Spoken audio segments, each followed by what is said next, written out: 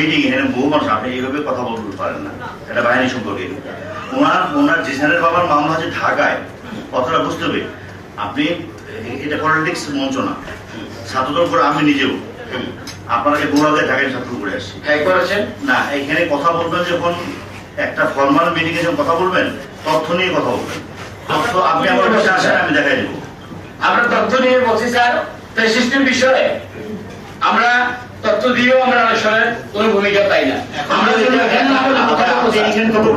আপনারা দেখুন আপনার নিজের শত্রুকে আমলি বানায় ধরার জন্য চেষ্টা করতেছেন, যাকে আপনার পছন্দ হয় না ওকে বেশি বানায়।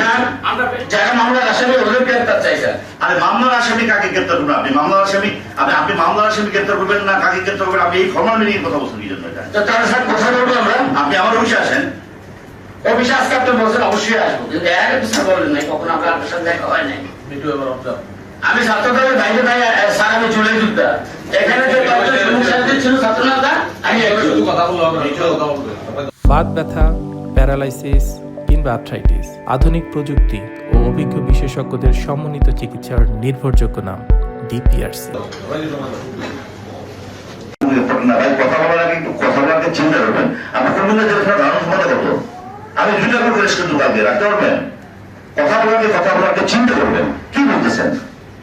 কোনদিন ধারণ ক্ষমতা 2টা করে 2টা করে রেস্ট কিন্তু আমি রাখতে পারবেন। আপনি কথা বলার আগে, একটা বাহিনী সম্পর্কে কথা বলার আগে, এই বাহিনীটা 5 আগস্টের পরে যেখানে কোথাও পুলিশ ছিল না, সেই পুলিশ ঘুরে দাঁড়িয়েছে। ফ্যাসিস্টের পর্যন্ত আছে এখন অনেকেই, প্রতিদিন চাকরি যাচ্ছে আমাদের।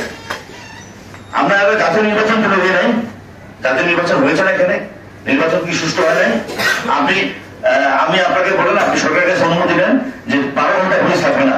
আমি গ্যারান্টিতে বলতে পারি, একটা মা বোনের আমাদের কারোর গায়ের চেন পর্যন্ত কাপড় চুষি থাকবে না।